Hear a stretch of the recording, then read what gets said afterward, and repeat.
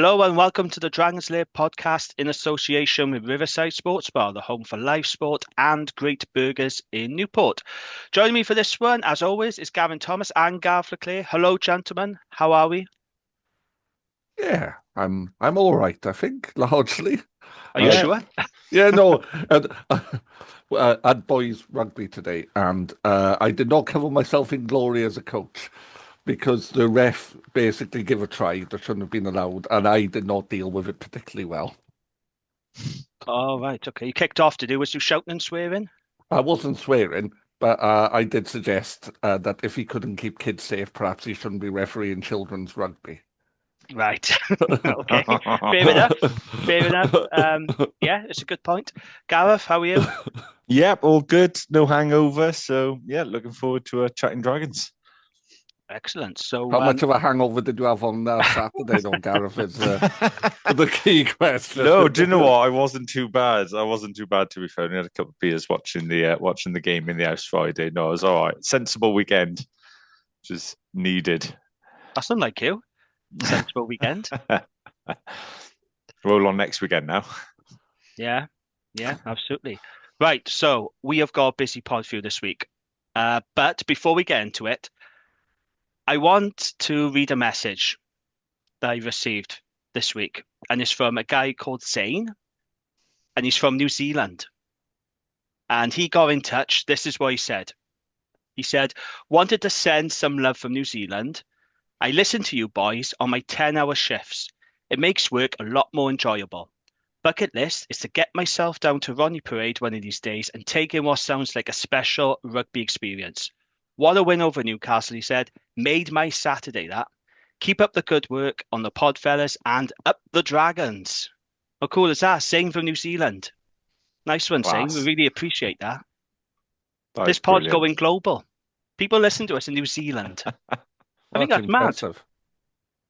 Mad, isn't it? But yeah, brilliant. Thank you, Zane. Much appreciated. And then, yeah, maybe one day get yourself down to Ronnie Parade. You can go on the terrace with Gareth. You can have a few pints with him, or you can come in the Bisley with me and you can have a cup of tea and a Kit Kat. I It's thought your there was a choice, cup of tea in a whatever you want Mars to do. bar. Is it not a cup of tea in a Mars bar? No, it's always been Kit Kat, Gav. Oh, Thank you. okay, sorry. Get it right. Mind you, if they don't have Kit Kat, if they've sold out or they don't have it, I will have a Mars bar. Well, other chocolates are available. Of course, yeah. Other confectionery chocolates are available, of course.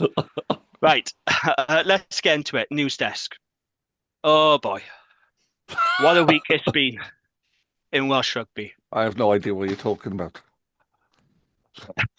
The never-ending psychodrama continues.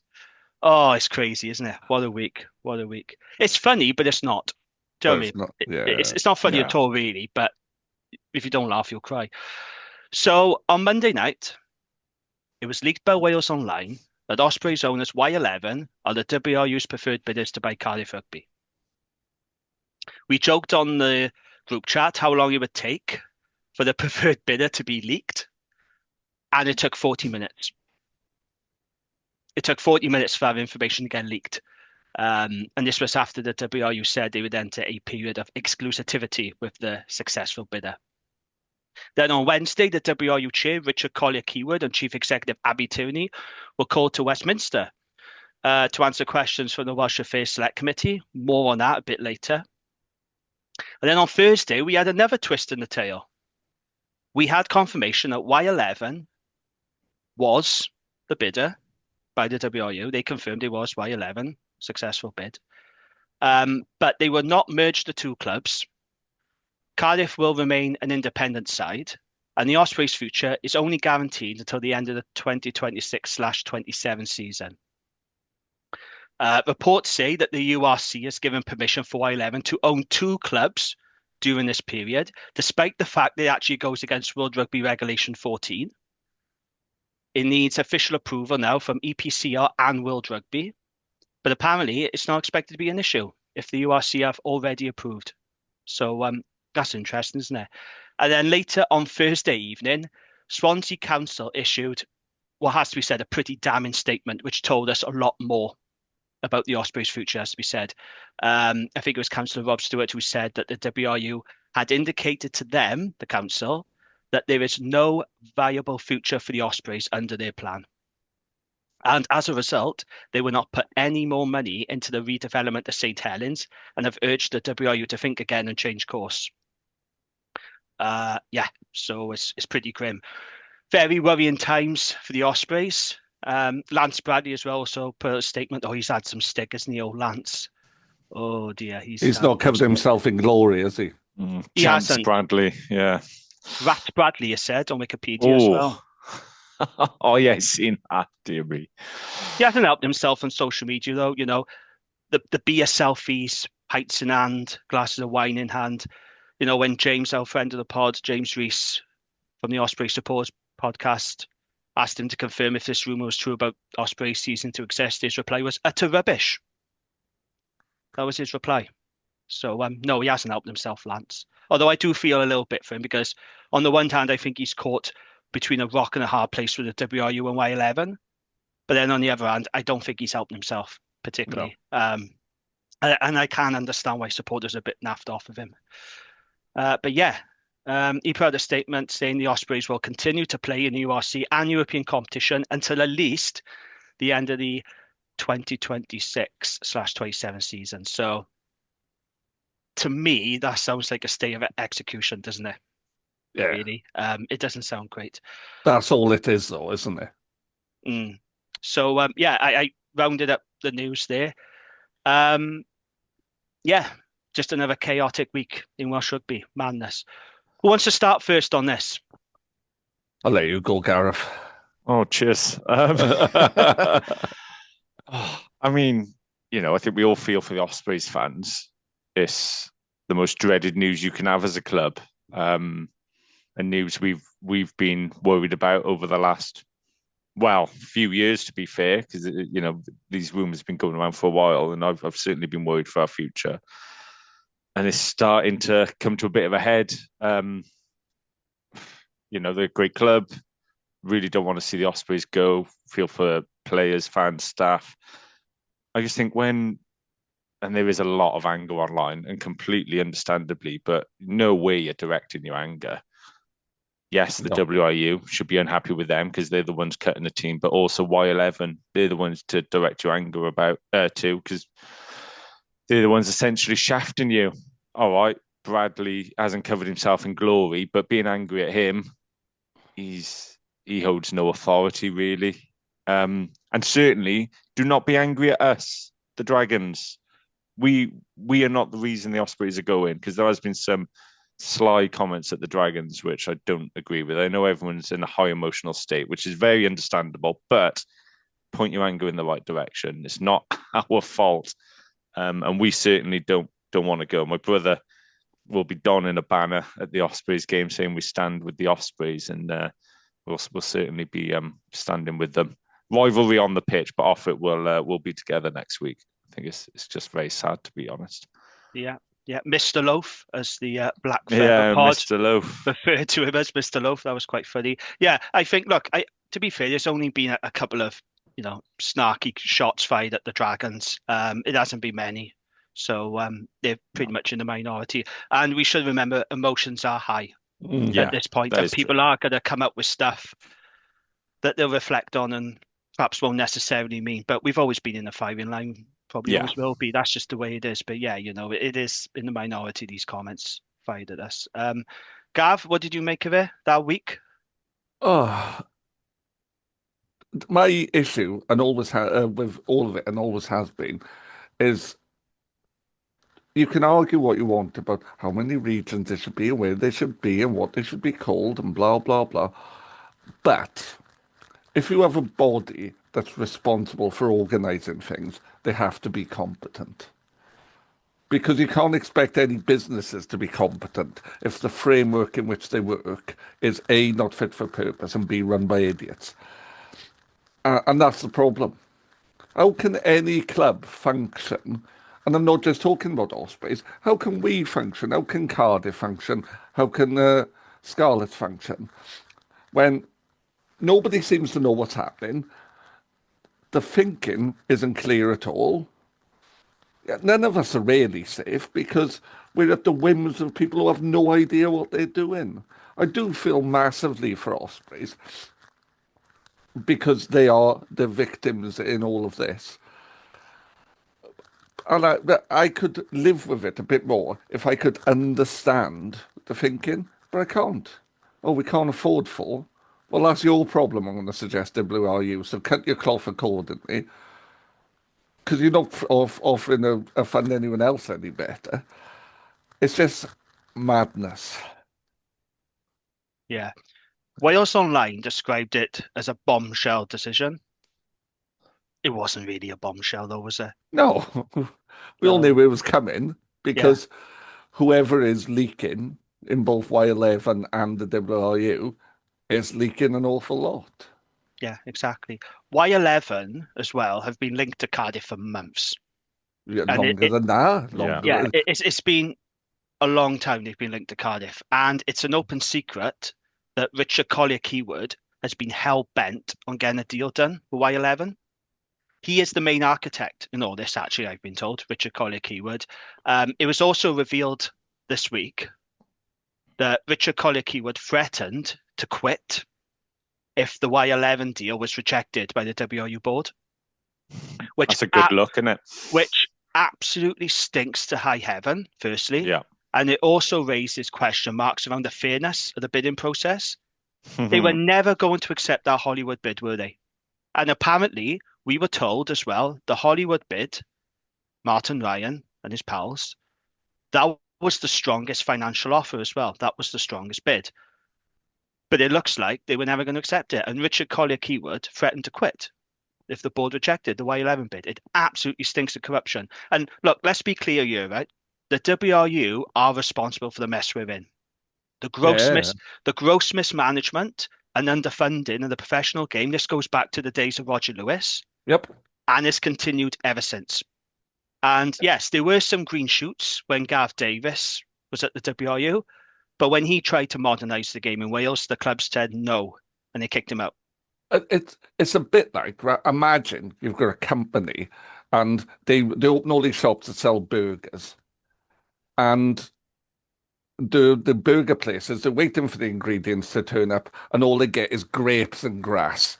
And then it's like, well, why aren't you making burgers? Because you're not giving us the stuff to do it with. And that's what the WRU's like.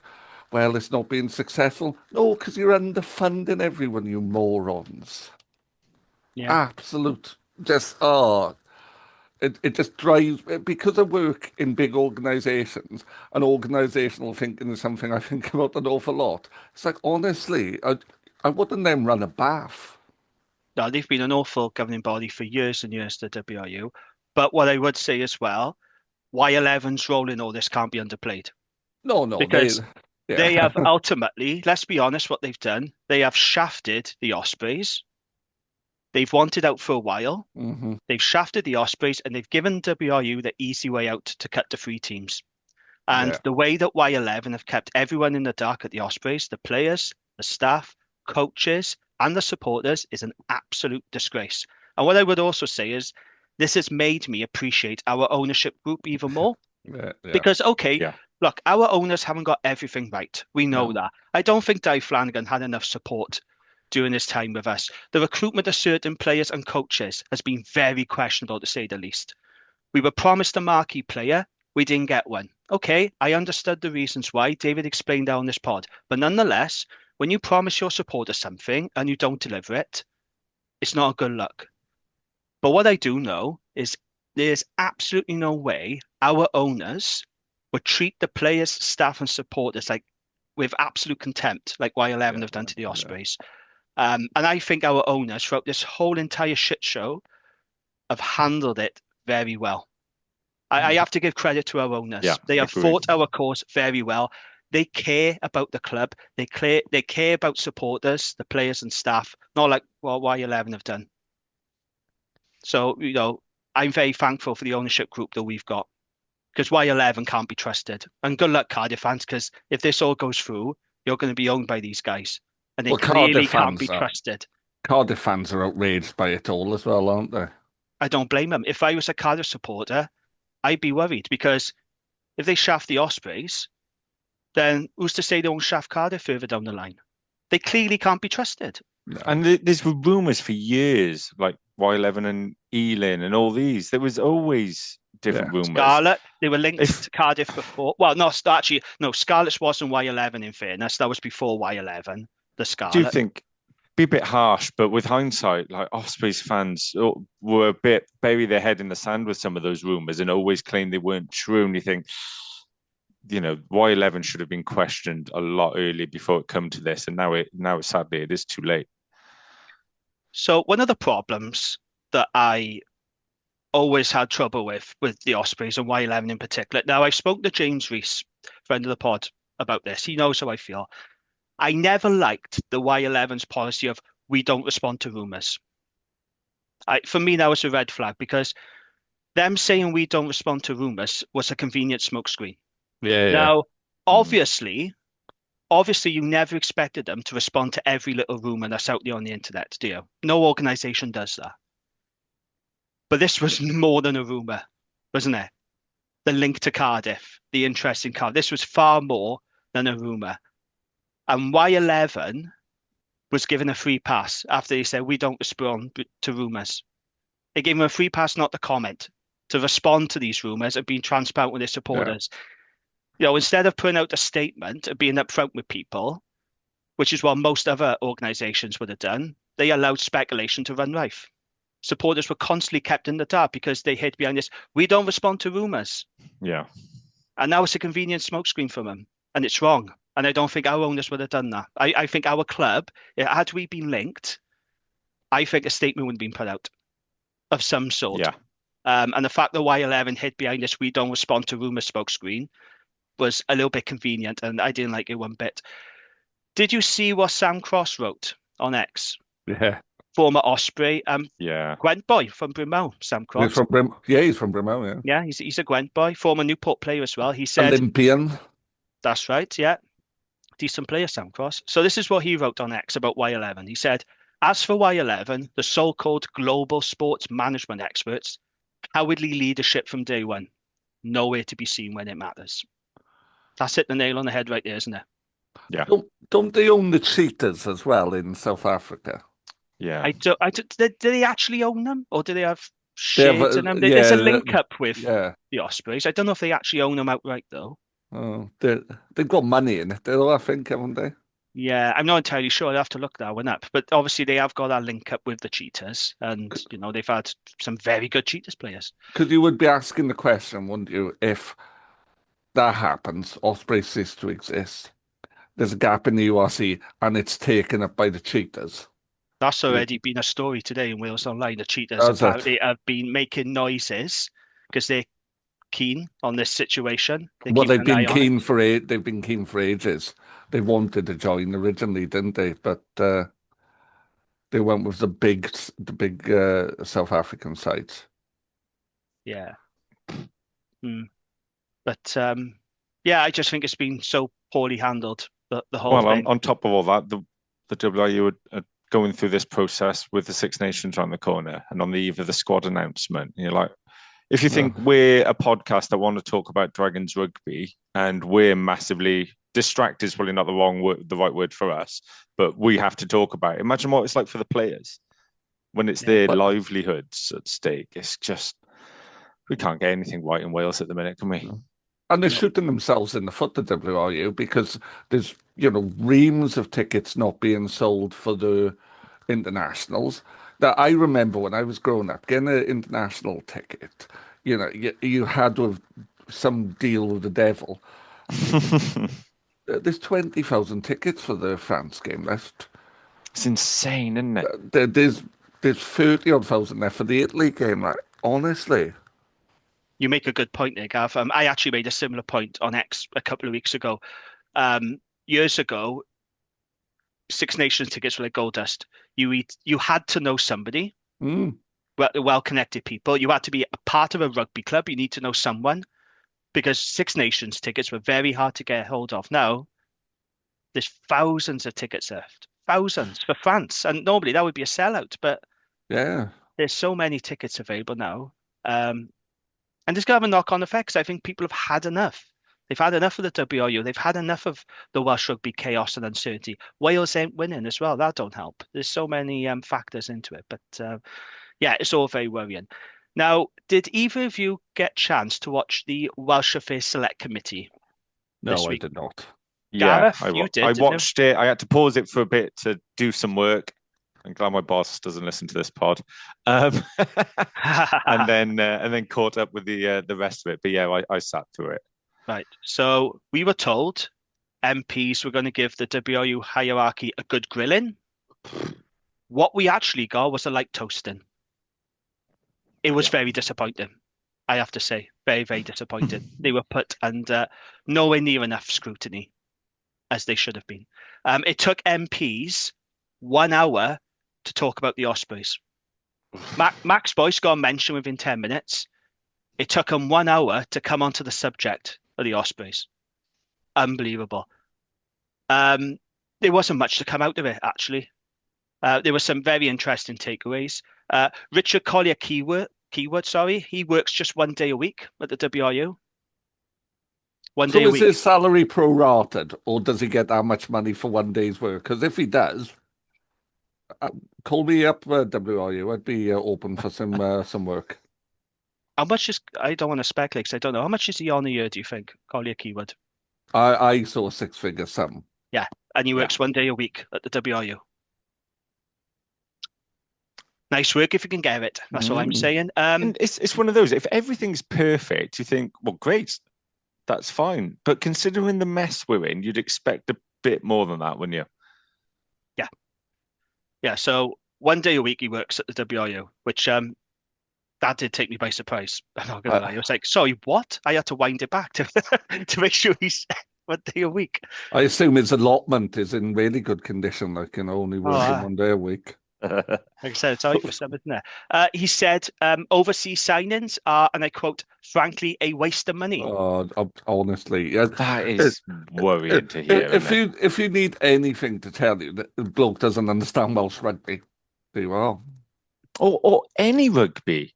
Yeah. What team in Europe doesn't have good overseas signings that really help a lot of other players come along?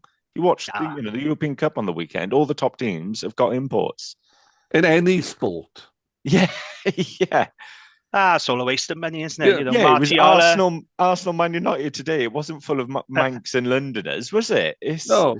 But even like a sport like baseball, which is the most American sport in the world, some of the biggest players in the world are Puerto Ricans, Dominicans, Japanese, Venezuelans. Honestly, how can they be allowed to talk about stuff they have absolutely no idea about? You might as well get me to talk about dressmaking on a podcast for all they know about rugby. Jesus. It's a joke, isn't it? But you go back to when Welsh rugby, particularly the regions, were more successful and more competitive, when you had quality overseas signings. Regan King at the Scarlet. Justin Marshall, Jerry Collins, Philo Tiatia, Paul Tito, Savio Rush, Percy Montgomery, Brock Harris.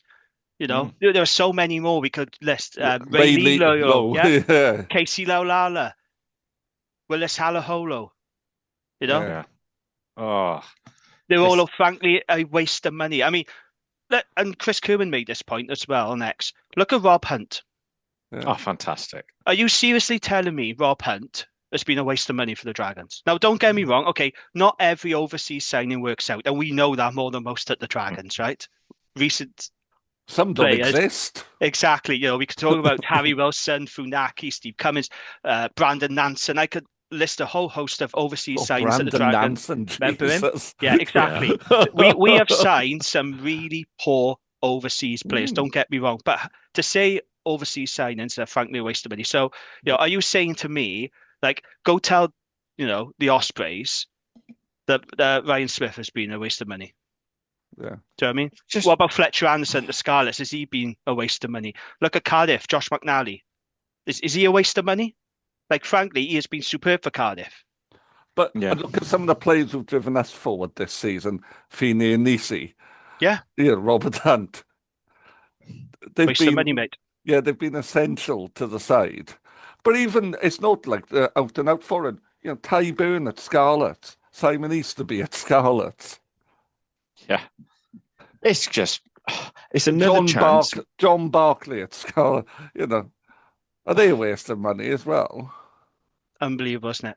But he Ridiculous wasn't comment. grilled on it, though. And that was the thing that you think they did get off very lightly because They some did. of the answers were questionable, but they weren't pushed on them to get under the surface. You think if you put him in front of a panel of the people running the game in Wales, in front of Buttress, Di Wright, and, Scarlet's owners and stuff, and let them ask proper rugby questions and get into the details, I think you'd see him squirm then.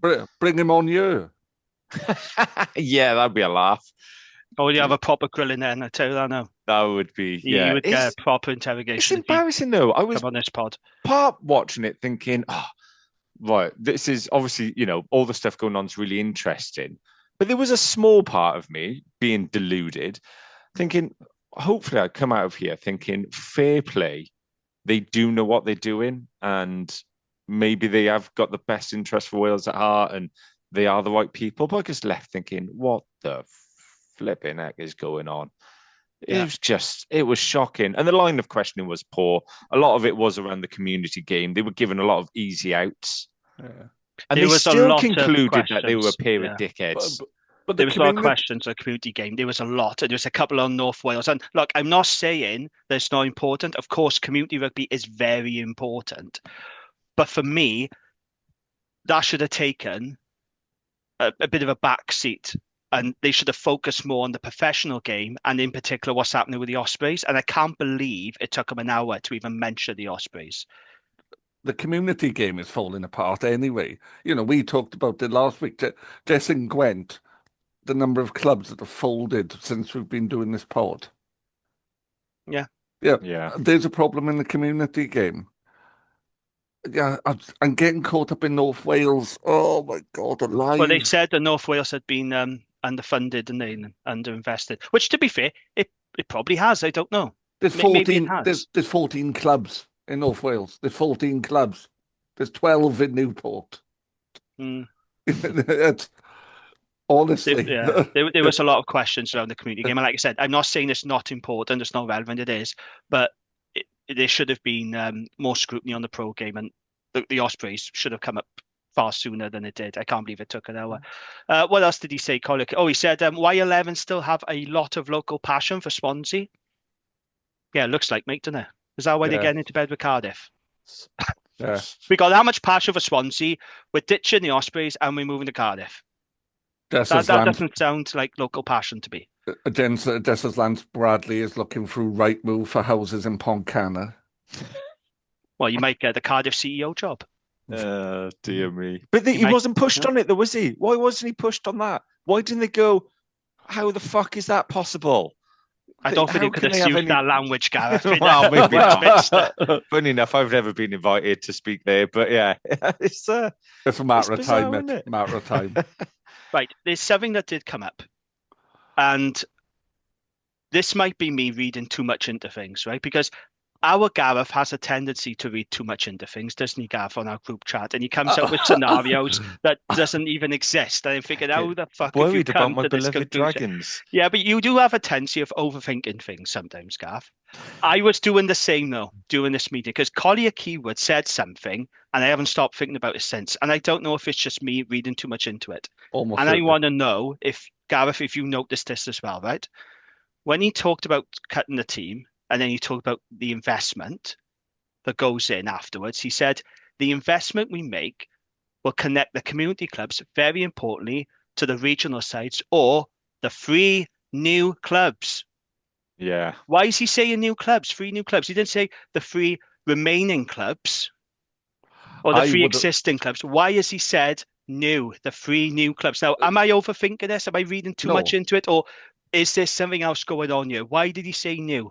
Well, I think there's always been something going on, and I've said this a number of times on the pod, that I think there's going to be a realignment of branding.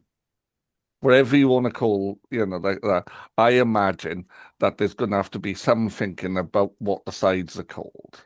But Cardiff have to be Cardiff now, and they've confirmed they're going to be that, in that WO statement. But that they could still be Cardiff Ospreys, couldn't they?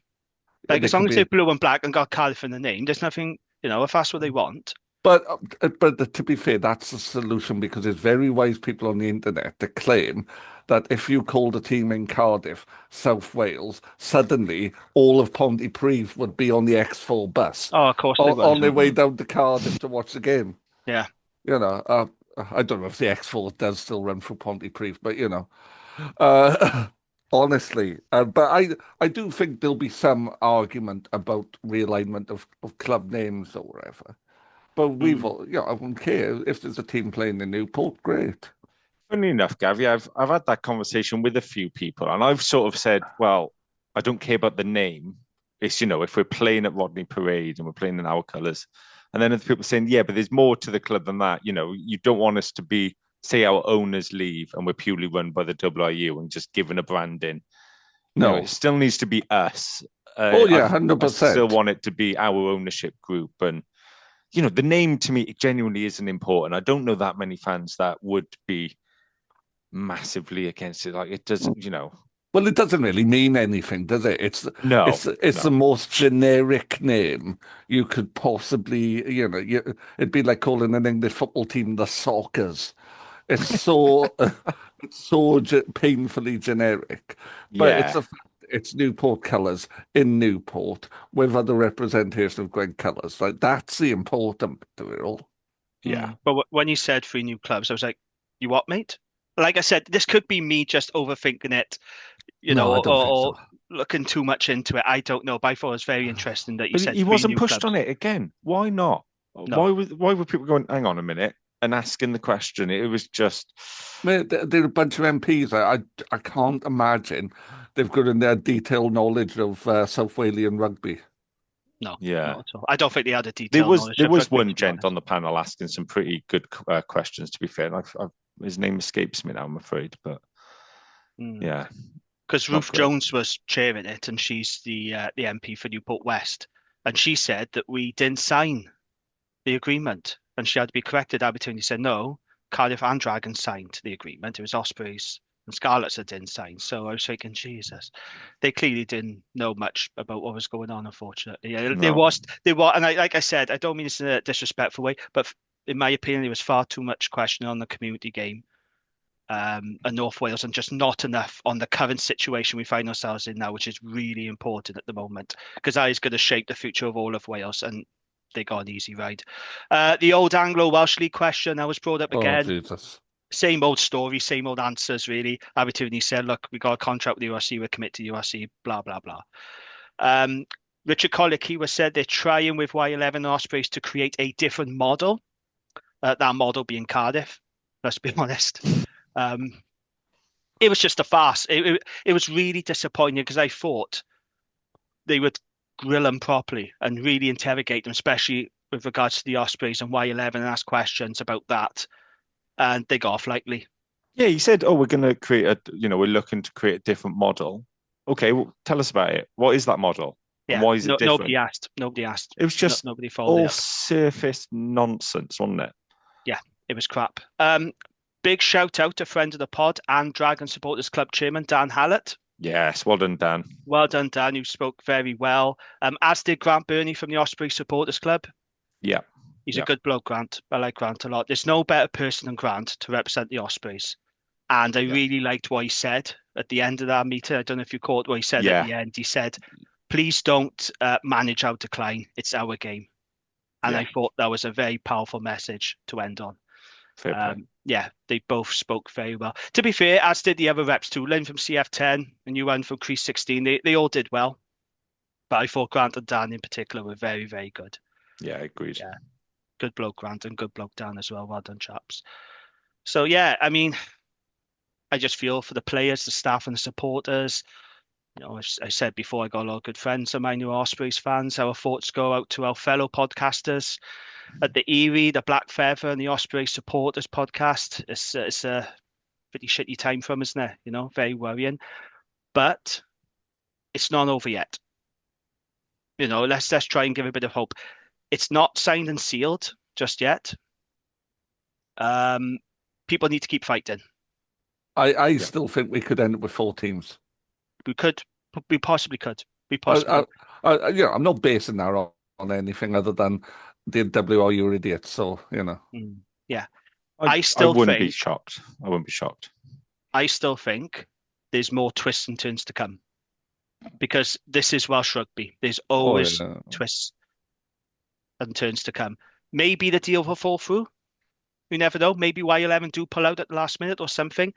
Let's not forget the Scarlets Ospreys merger that fell through at the last minute back in 2019.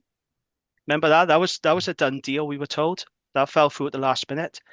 An EGM could possibly change things if there's a vote of no confidence in Richard Collier-Keywood. I'm personally not very hopeful about this EGM. No, They need to do. They Sorry, need 90 odd clubs, don't they, for it to go ahead.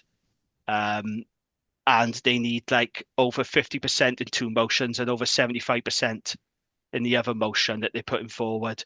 I don't know if there's enough appetite overall from the clubs to oust the WRU because there's been reports of some clubs not wanting to do so because they're scared that they might get their funding pulled or they might be, WRU.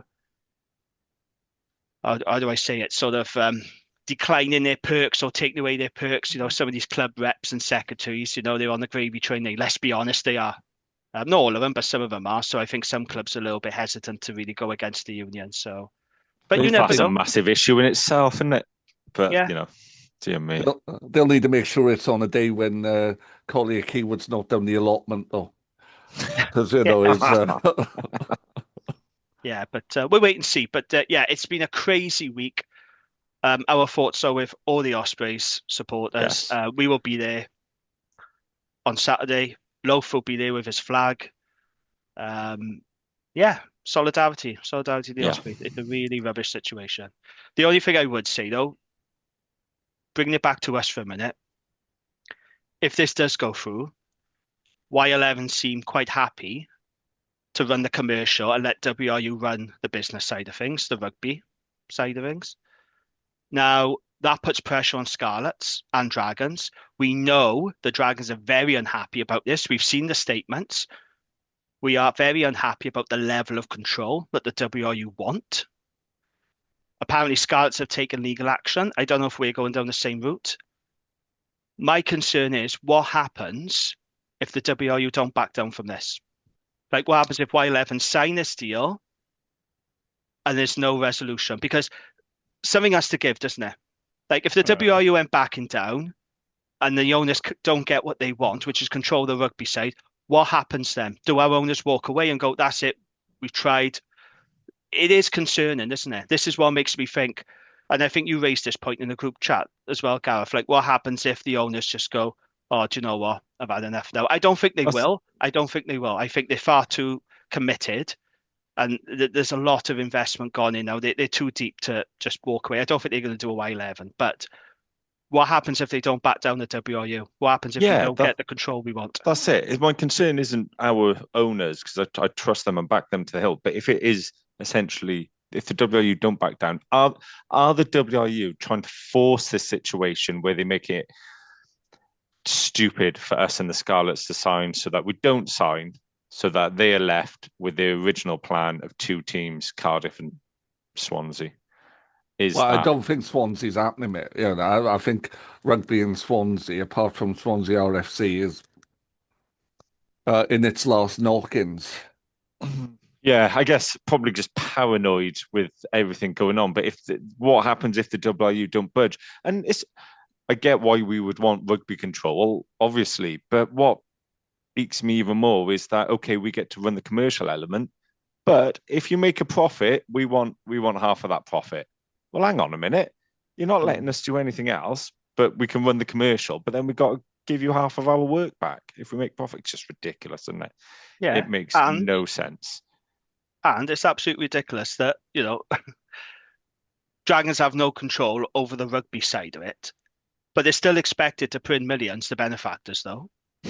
So they're still expected to put all these millions of pounds into the business for less or hardly any control.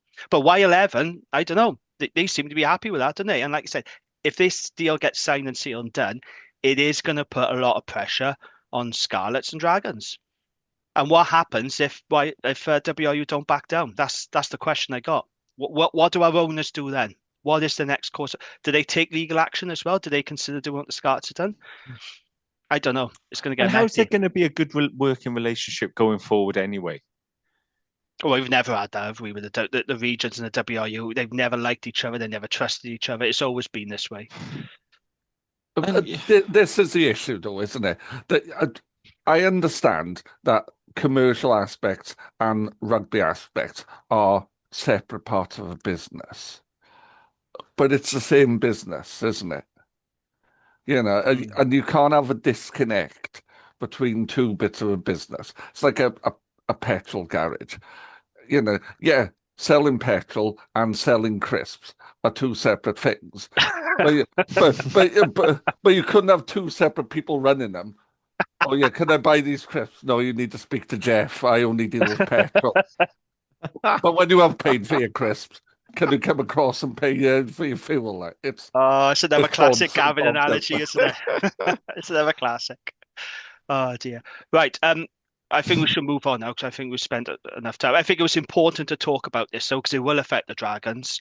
And like I said, I do offer our solidarity to the yeah, Ospreys. we stand with the Ospreys. And we do have a lot of Ospreys, fans who listen to this pod. So I thought it was important that we covered that. So yeah, uncertain times ahead. It's fair to say. Okay, let's move on to the Wales squad. That was announced as well in midst of this shit show. Just 2 Dragons players called up. Extremely disappointing. Disgusting. Yeah. First of all, congratulations to Aaron Wainwright of Ben Carter. But yeah, I feel personally, I'm not just saying this for biased reasons, but I feel like we've been really hard done by on certain calls, especially the guys like Rio Dyer and Shea Hope. Although we'll talk about it later, Shea Hope did come off injured against Munster. They didn't look good. So we wait and see on that. But yeah, just 2 players. Don't get me wrong, I didn't expect 7 or 8 Dragons, but I certainly didn't expect just 2. I feel very hard done by, if I'm honest. How do you feel about it, Gavin? Well, my issue with it is not selected on form. No.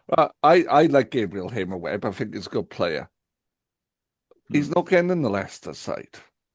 He's not scoring tries. Rio is in great form, scoring tries. And I know Tandy was saying about his ability in the air. He's been a lot better in the air this season. He has been an aerial presence.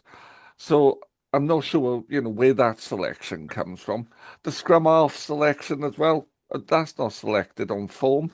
The hooker selection, certainly not selected on form. And I don't know what Tommy Raffel needs to do, or what, I don't know, maybe reversed his car over Tandy's cat or something. But, it baffles me. But then, it's Welsh rugby here, always baffles me. But were you surprised at just 2 Dragons? I thought we'd have 5. I thought we'd have 5. Yeah. I thought it'd be the 2 that got in. I thought it'd be Shea. I thought it'd be Rio, and I thought it'd be Brodie. Yeah, I think those are perfectly reasonable calls. Gareth, just 2 Dragons. We're making strides this season. Scarlets are below us. They got 9 players. And there are some very good players in that Scarlet squad, except for Tame Plumtree, obviously. But how do you feel about having just 2 Dragons in the squad? Because to me, it feels like a bit of a kick in the teeth. Yeah, it just felt really flat.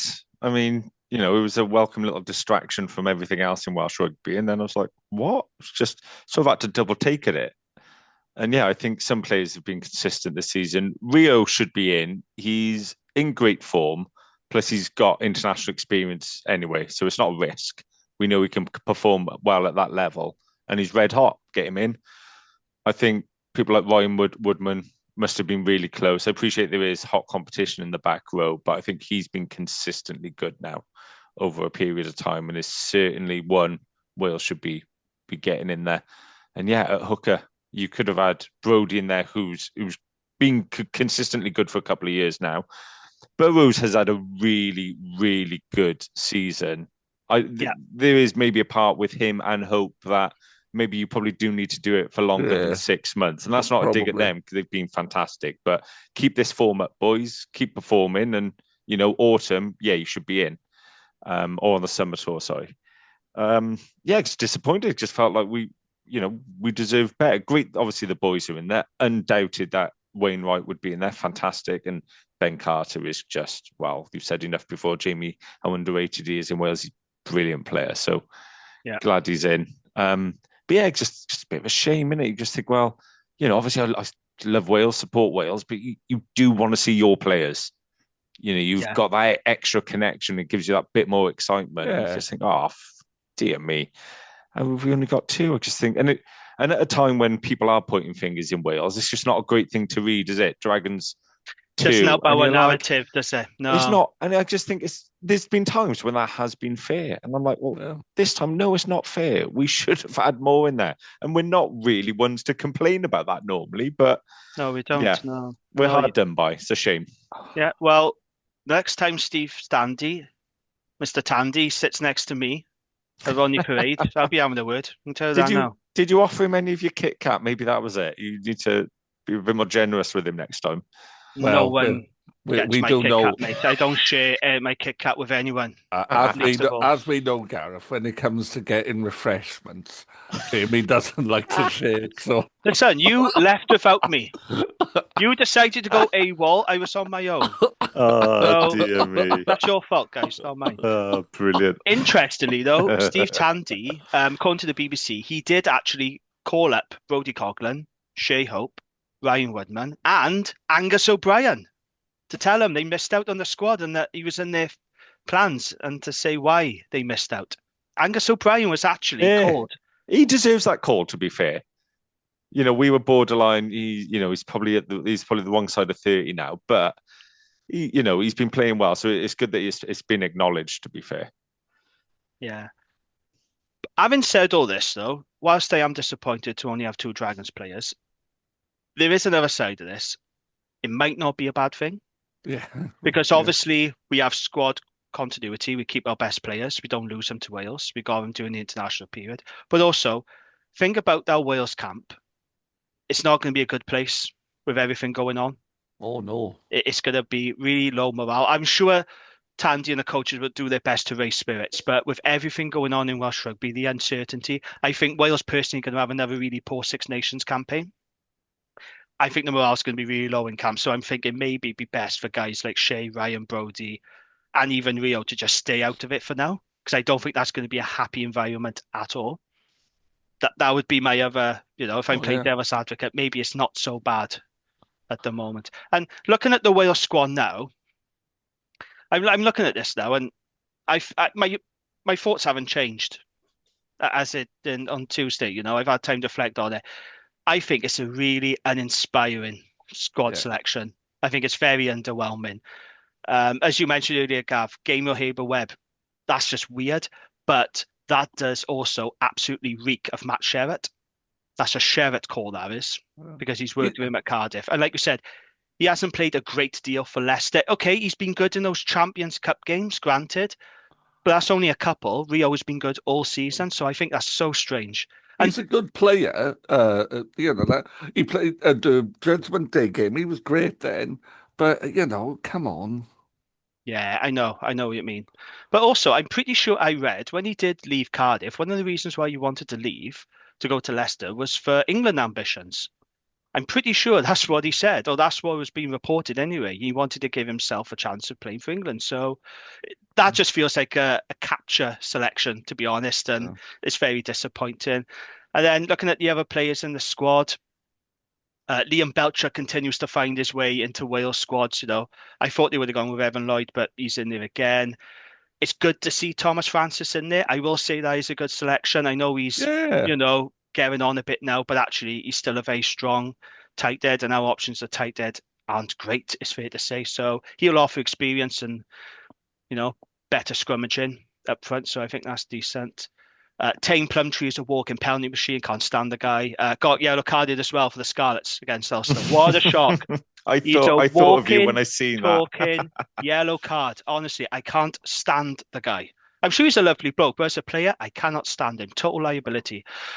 Jared Evans is in there. Mason Grady, yeah, fair enough. Ruben Morgan-Williams, I do like him, but I felt Shea should have been called up, really. I am pleased for Ellis Mee, though. He's really good. And that finish right at the end, I feel come at a nice time for him with the Wales call up. There's something He was about their him. I best really player like him. against us, to be He fair. was. I love Very Ellison. good in the air. Yeah. Yeah. Because he's Yeah. huge. He's lanky, but He's like Liam Williams. He is. He's tall and lanky. He's not muscular. He's not built, but he's he's got very like this tall. wiry frame, isn't he? He's really, really good. He's quick as well, but deceptively quick. He doesn't look like he'd be as quick as he actually is. He's got to be like 6'3", 6'4", isn't he? He's 6'4", isn't he? Is he 6'4"? Yeah, he's a big old boy like this. He was at Nottingham, isn't he? Because he's English, but he's got Welsh mum, is he? I'm not sure about what from our way. I'm sure it's around our way. I'm gonna have a little look now. Yeah, what a signing he's been over the Scots from Nottingham as well. English Championship player. Brilliant signing for them. Fair play. I don't know where you two stand on Owen Watkin, but I like him. I think he gets a lot of flack, and I know some people don't rate him, but I quite like Owen Watkin. He's a dependable player for me. You know, he's a consistently 6.5 out of 10 player, and you know, occasionally sneaks up to a 7.5, but he's never lower than that 6.5. And you want those players sometimes, don't you? But he's like Adam Beard. He's just one of those players that gets constantly derided, and I like Watkin. I think he's a tidy player. He's a solid player. He's a good player. Yeah, just on me, sorry. He's his mum's from Newport. Oh, really? I didn't know that. Get down here, boy. Come move back in with your mother. What are you doing? I didn't know his mum was from Newport. We'll have him. I would. I'd love Esme. Bloody hell. Good player. Yeah, well, you look at the notable omissions. Morgan Morse, that was a surprise. I don't know who he's upset as well. Yeah. Maybe him and Tommy Raffel took turns running over Tandy's cat. Unbelievably talented. Morgan Morse, really good player. I'm just looking at these notable omissions. Callum Sheedy, meh. Tommy Raffel, yeah, I don't know what he's done. I'd have Raffel starting for Wales. It's something that Tandy don't like him. I don't know what it is. It's all a bit strange that way. No Nick Tompkins. Will actually get the ball. Yeah, I can understand why you wouldn't want that when you could have your man from Scarlets instead at 7, McLeod.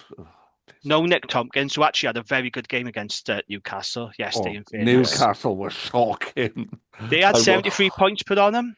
I watched that game with my boy and my son. Did you see Tom Christie when he went over the try line, and instead of just putting it down straight away, he got put out into touch? Do you see that? Literally, get the ball, put the bloody ball down. He's such a good player. That was a massive cock up. But yeah, they got absolutely walloped poor Newcastle. I still think they'll be a quality team in 3 years, though. They really will. Yeah.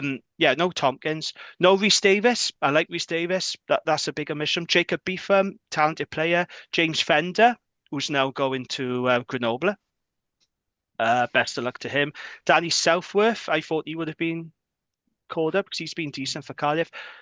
This one, I really don't understand. I think he's just exactly the kind of player we need right now. No Moriarty.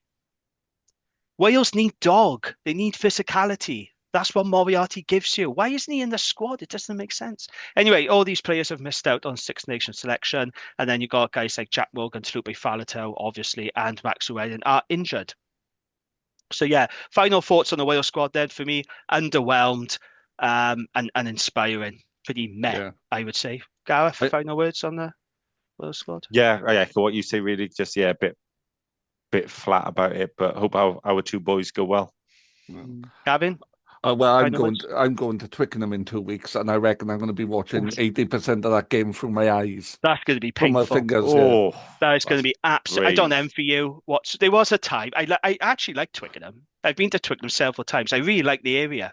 So it's a nice area, and I quite like the stadium as well.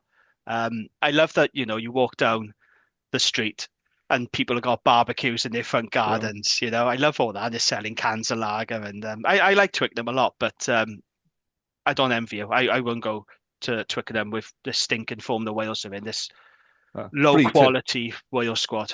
Free tickets. That's the only fair enough then. Fair enough then. Yeah, why not? So that's the Wales squad. Then we're pretty unenthusiastic about it, aren't we? So yeah. Good luck, Wales, though, obviously. In other news, then, just before we move on, Dragons have had the date confirmed now for their last 16 Challenge Cup clash against Stade Francais. So the game is going to be played on Sunday, April the 5th. Kickoff 1:30 p.m. local time.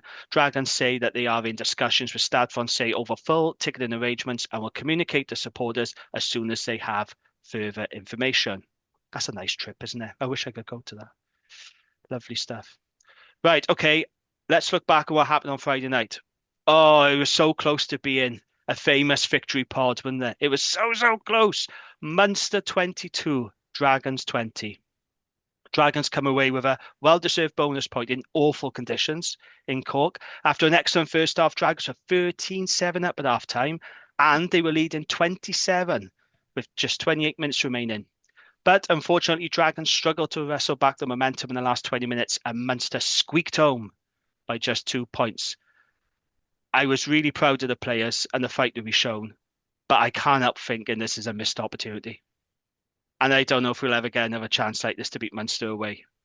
It was so excruciating. Who wants to go first on this one? Go on, Gav. Oh, do you know what? And I'm not comparing under 12s rugby and in that, but I said to my lads today, play downhill in the first half or uphill in the first half, because if they haven't got a big enough score, we'll be able to come back. And it was a bit like we didn't score enough in that first half when we had the weather in our favour. And if Shea's try hadn't been disallowed and just all those bits, we just didn't take enough of the opportunities we had in the first half. And then in the second half, when we had the wind on us and they brought Gavin Coombs on, it wasn't a big enough buffer. But I'm really proud of it, proud of the performance. Yeah. Because, we looked like we could, we didn't look embarrassing out there. We were competing in every aspect of the game. Scrummage looked great. Line out, it was a lottery, but we did all right. And now, if you said to me, what's our attacking shape, I could tell you. We have an identity now, don't we? We actually have an identity. We look for early width. We look to turn them with the ball through kicking, and you can see that. And we caused them problems. We caused them problems all over the field. It was a gutsy performance. And none of us thought we would come away where at the end of the game with bonus points. You and I said we felt bonus was available, Gareth, but I don't think I'd have been disappointed about a bonus point, but it was a little bit because it could have been better. Could have been better. Yeah. Gareth? I think what you said there about being disappointed, that was my initial reaction. And then you sort of reflect back and think, wow, disappointed by losing just away in Munster. That's a big step forward for us, especially on our away form. And, we look like a team that are playing for each other and are playing for the coaches. And Philo said it a lot in the press about our away form. He said it needs to be addressed. He said it's, a work on and all that. Well, it was a much, much improved performance on the road. That was very much like the form we've been showing at home. Well done, boys. I think they really, really fronted up. Some of our defending was brilliant. We really sort of dogged it out. And we're in the game for the entirety of it. And you think, there's how many away games have we watched? And it's been over after 30 minutes. And I bonus point after like 30 minutes. Do you know what I mean? It's when the wife says, what we're doing Friday night, and I say, well, sitting on the sofa, I'm watching or we're watching the Dragon. She's not too interested. It's justifiable when it's a good game, but sometimes you're like, so what's the score? And I'm like, well, we're losing by 40 points. Why are you watching it? It was good. That's what I want to see from our team on the road, a gutsy performance. And I said it about our home games earlier in the season, that if we're in the fight for the fight for enough games like that, we will get one over the line. Yeah. And we've done it at home. And you think if we perform like that consistently now, we will pick up a win somewhere on the road. It's a hard league. Munster's a tough place to go. They've gone third in the league. But yeah, I thought we played well. Funny enough, after bigging up Shea Goat for weeks, I thought he was a bit off the boil. He's got He was okay, wasn't he? He wasn't usual. I think he's set a really high standard for how he's performing. He wasn't quite at his high standards. He just lacked a bit of zip for me. Yeah, a touch indecisive at times. I thought Yeah, he that's the word really, I'd use. Sorry to interrupt. Indecisive was the word I was going to yeah. use. Yeah. And he's sort of got that style, isn't he, where you can hold the ball, but it just, it didn't quite click as well as it can. But, still had a tidy enough game. And Yeah, he was he decent. showed Yeah. great pace and great control to finish that try that got chalked off, which really Oh, the irks try me. that never was. It's like George Roberts, isn't it? When the Oh, greatest tries, yeah, there never was. really, really frustrated by that. I thought the general, we've obviously bigged him up recently, but about how he hit someone as a lie down. But I thought coming off the bench last week and this week, I thought he looked a bit more mobile. He looks Well, he like this. started this week. He He didn't come off started the this week, bench. yeah. Yeah, He sorry, last week started. off the bench he looked mobile, and then Yeah. this week starting, I thought he's looking quite fit and it's looking good. He got around the park well. Carter, I thought again, Oh, so good, wasn't he? hugely impressive, fantastic. I thought Martinez Very is good. very good. He's a His little bit inconsistent, but his this best. week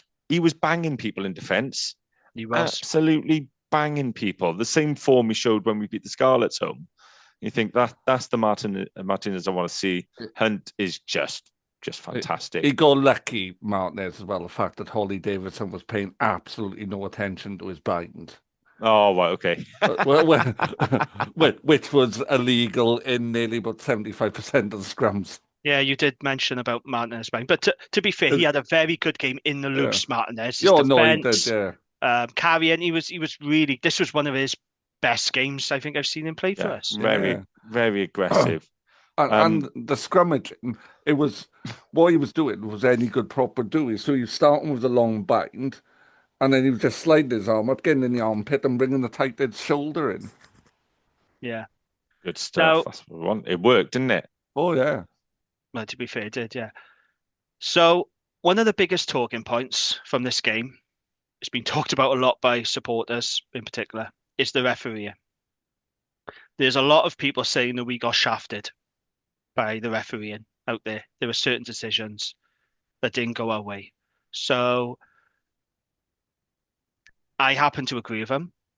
And I know Philo in his post-match interview, I don't know if either of you two saw what he said. He said he didn't agree with some of the decisions out there, which is Yeah. interesting. So that's not something that Philo normally does. He's normally very passive on this sort of thing, but he did criticize the refereeing. I did see a very interesting comment on social media from a Munster fan, which I picked out because there was a mixed reaction amongst Munster fans. Some of them were moaning about, how terrible they were and just didn't give us any credit at all. But a few Munster fans as well did praise us and said that, we're going to be a decent team and said we did really well. But this is a comment from a Munster fan by the name of Cormac Gaffrey. This is what he wrote on X, and it's a really interesting comment, this. He said, as a Munster man, I think we got a few hometown calls tonight. Dragons are a solid side. Probably should have won tonight and also should have beaten Leinster. That's from a Munster supporter, right? He was admitted that they had hometown calls. Gavin, I'm coming to you. You're a referee. I know you're going to be diplomatic about this, but be honest. Was we shafted out in Munster by the referee? And how do you think Holly Davidson and also the TMO, his name is Mike Adamson, wasn't it? The Scottish TMO. Be honest, do you think we were very unlucky with some of those calls? Did we get shafted? right. The disallowed Trey Hope try, less so, because letter of the law, knee touched the ground. It was so marginal though, wasn't it? I can understand what you're saying. It was super marginal. Yeah. So if that'd gone either way, you could argue, yeah, that's fair enough. My issue with there's no reason to disallow the try issue. Well, if you haven't seen the ball grounded, that's reason to disallow the try.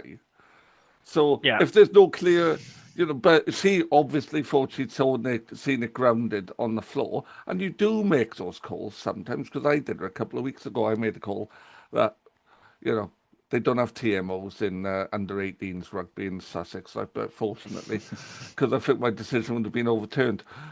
I don't think we were shafted.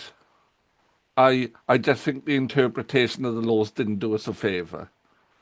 Okay, Gareth, hometown calls, were the Dragon shafted? Shafted. I knew we'd have that. Do you know what? Like that rip, I think it was Bedell, was it? It was Bedell, yeah. Who, by the way, I just love Harry Bedell. He's just the way he 20 years of plays. age. 20 years of age, like, yeah, mental.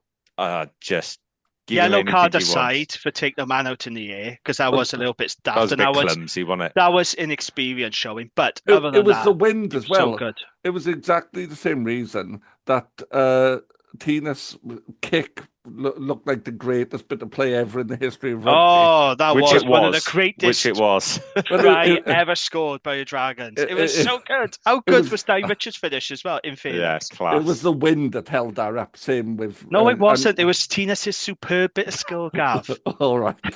Tina's just all right, Gareth. mind controlled the ball, didn't he? Sounded like Gareth now, would I? Dickheads. We were brilliant, outstanding. Sorry, come on, Gav. We were. It was the greatest try ever. But yeah, that rip, I think if the ref calls it there and then, you're like, oh, that was close. And you're like, oh, fair enough. But I know it's not how rugby works, but I feel like going back for that just feels wrong. And I know that's easy to say as a Dragons fan, but I just feel like in sport in general, you think if it's that marginal, like if you call it there, fair enough, but going back for it. But yeah, the try that Munster had where she couldn't see the ground in, it was just like, well, how can you? The problem is, how can you give that? The problem is when referees say my on-field decision is a try. Yeah, it's very difficult to overturn. I know what you're going to say, Gav. I know that, but if you can't see it, fine, you can't give it. But when the referee says my on-field decision is try, you've got to have real, solid, convincing evidence that that's what I was annoyed from the moment that the ref had said that. So I thought, well, why have you said that when you said you couldn't see the ball grounded? Why have you given it as a try? Surely you should be looking for evidence to make you give a try. So yeah, we were shafted. Look, we couldn't predict what would happen in the game if we had that try or whatever, or Munster could have scored anyway. Things happen. We played well, but frustrating, and that would have been a lovely try as well from that rip. The thing with the TMO, friend of the pod, Rhiannon Garth Jones, always refers to it as snitch cam, and there was a definite, there was a definite sense of snitch cam for that try. It's like, come on, Mike. I know. Cheers, Mike. Yeah. The one thing I would say, what did annoy me about Ollie Davidson, I think Ollie Davidson is a good ref. I don't think she's quite as brilliant as people make her out to be. But she's one of the better ones in the URC. She is one of the better ones. But what did annoy me was the lineouts. So Munster were getting away with some blatantly crooked lineouts. Some of them were clear. There was one that was blatantly wasn't straight, and even the Irish commentator said so on commentary, saying, "Oh, surely that's not straight. Play on." Ollie Bowers comes on, first lineout, not straight, blew up. And I'm thinking, now come on, Holly, you've turned a blind eye now to multiple Munster lineouts that clearly weren't straight, and that did annoy me. I will say that. That did annoy me, the fact that we get penalised straight away, but Munster were doing it all game and they didn't get penalised. So I get why people are really annoyed, though. I mean, Paul Turner wasn't happy, was he? Friend of the pod and Dragons consultant.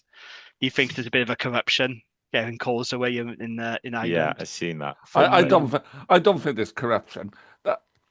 Being a referee, you sometimes make poor choices. Sometimes it upsets coaches. It's... Yeah. I do think we were hard done by, though. I do. Yeah, well, no, I agree we were hard done by. I think shafted implies something else.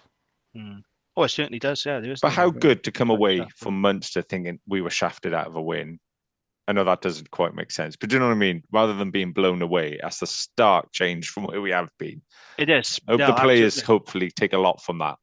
Yeah.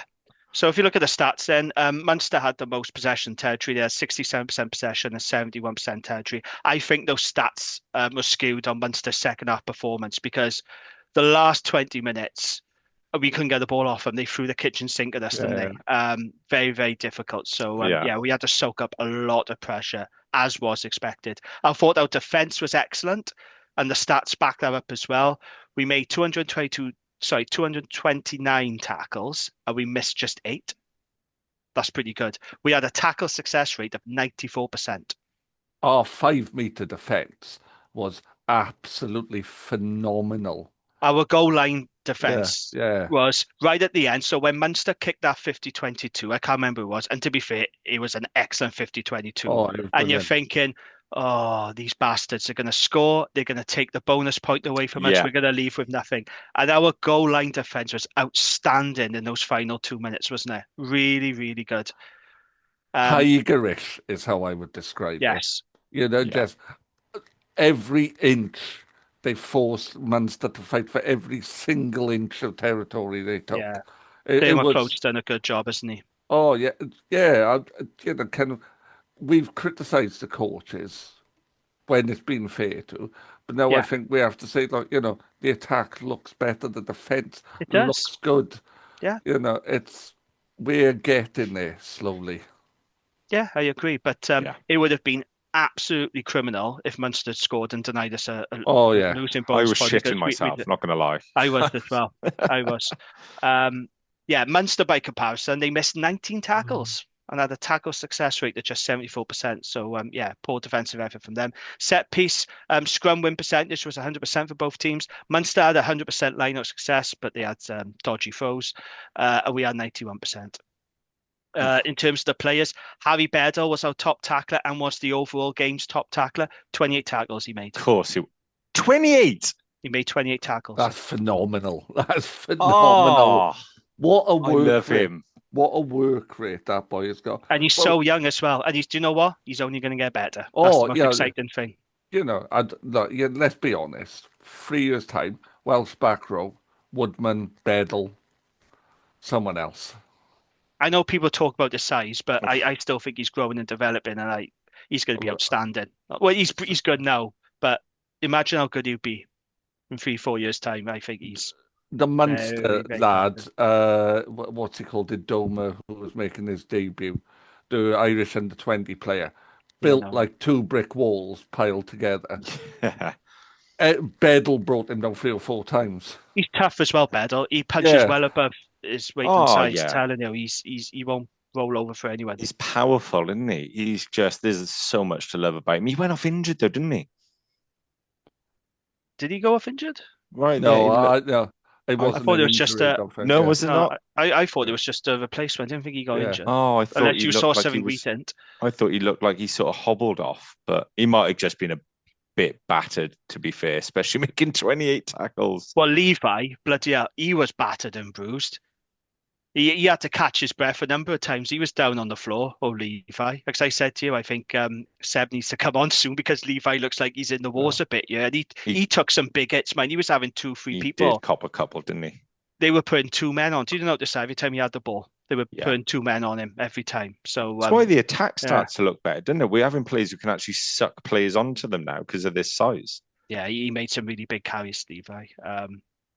And then in terms of defence, then Rodrigo Martinez and Ben Carter, they both made 24 tackles. Big shift. Luke said Prop making 24 tackles, like fair play. Yeah, absolutely. Reno and Tinas were the only players in the game to make line breaks. They only had one apiece, but yeah, it was that kind of night, wasn't it? Alan Wainwright and Rob Hunt carried the most for the Dragons. Wayno beat in 5 defenders. Good old And Wayno. then just some notes I made on the game. Awful conditions in Cork. yeah. Have you ever seen an all-weather pitch look so wet? Well, Because not in- honestly, this is supposed to be an all-weather pitch. It looked awfully Well, it flooded. can't drain. The problem No, is they can't drain. no. But I've never seen an all-weather pitch look so wet. It was madness. I'm going to sound like a broken record here. I know, and I do apologise because you're thinking, oh, here he goes again. Ben Carter won't start the Six Nations because Tandy's going to pick David Jenkins and Adam Beard. But on current form, he really should be starting for Wales. Excellent again. I know I say it almost every week now when you touched upon it there, Gav, but he was just outstanding yet again, wasn't he? I telling him he's having his best season so far. Yeah. Really, really good. Really leading from the front, didn't he? Yeah, superb. Absolutely superb. On form, he should be starting for Wales. I know he won't, but on form, he really should be. We mentioned him earlier, Harry Bedell. Yeah, excellent. War signing. Really glad we brought him back to us. So talented. Really high ceiling as well. If Gavin Coombs wasn't playing this game for Munster, the Dragons would have won. Yeah, I agree. That's my take on it. No, I Because agree. he made a massive impact off the bench. Because And I've he's a always bloody liked good Gavin player. Cruz. Well, he divides opinion in Ireland, doesn't he? Like some people don't rate him, and some people question why he doesn't get more Irish caps. But he I changed know the why game. he doesn't, because he's from the wrong side of Ireland. But there you go. I don't know. I don't know. But he's a very good player, and he changed the game. I'm telling you, if he wasn't playing for Munster, we would have won that game. He gave Agreed. Munster all the go forward and all the momentum. He was very, very good. And isn't it weird? You know, we're saying it's a missed opportunity, and we're saying Dragons should have won out in Munster, of all places. That's a sign of the progress we're making, isn't it? Right there to say that. And look, don't get me wrong, this group still has plenty to work on, Yeah. particularly around the momentum shifts. And this is something that Philo has spoken about a lot. We need to be better at wrestling back momentum when it goes against us. But what's happening now is something I've noticed, we're staying in the fight a lot more. So in the past, when we lost momentum and the team gets on top, we would crumble and we just fall apart. We lose our heads. That's not happening now. We're staying in the fight a lot more, but we still got to be better at wrestling back momentum when it gets away from us, because there's going to be periods in games where we're really under the cosh, Yeah. where teams are going to be applying pressure, and we have to be better at trying to wrestle back that momentum. And that, like I said, that's something that Philo's spoken about a lot, and that's something I thought about after the game, because that last 20 minutes, it was literally one-way traffic. Munster threw the kitchen sink at us, and it was very, very difficult to stop them. But we stayed in the fight, and our defence, like I said, our goal line defence was outstanding. It's nice now. If you're the owners, sorry, Jimmy, it's not another rebuild. We need to rip it all up, but it's add quality. If we invest in this team now and add more quality, there's a base there now of a solid size. Oh, 100%. And there's a lot of character and potential in this team. Like I said, there's still plenty of work-ons. Yeah. There's a hell of a lot of work-ons, actually, but it's small steps. But we are heading in the right direction, and it's positive. Yeah. It's positive. Did you see the comments of the Munster skipper, Diarmaid Barron? Do you know what he had to say? He said about us, he said, that's a good Dragon side. He said, I wouldn't be underestimating what they're going to do this season. They're going to take a lot of scalps. That's earning respect. You front up in difficult conditions against really quality opposition, you earn respect. And this is something I've been banging on about. I've always wanted Dragons to earn respect. Yeah, change the narrative. Change the narrative, earn the respect of other teams. And I think we're getting there. We're not quite there yet, but we are getting there. However, we need to do it more consistently, don't we? We need to keep at this, but yeah. Absolutely. And we need to get this monkey off our back with the away form. We got to win an away game this season. We've come so close against Cardiff and Munster now, and I feel like we're getting closer. It's just a matter of time. But this is another step now, isn't it? Like, we wanted to make Ronnie Parade a tough place to go. That's achieved. We've done that this season. Now, attention turns to the away form. That box needs to be ticked. So we got to get a win on the road. Simple as that. But like I said, a lot of work still to be done. Small steps, but we're getting there. We have improved. I don't care what anyone says. We have improved. Any 100%. Reasonable, intelligent rugby supporter will look at us and say the Dragons have improved. We've only won 2 games in the URC, but the performances are a hell of a lot better than recent years. That's undeniable.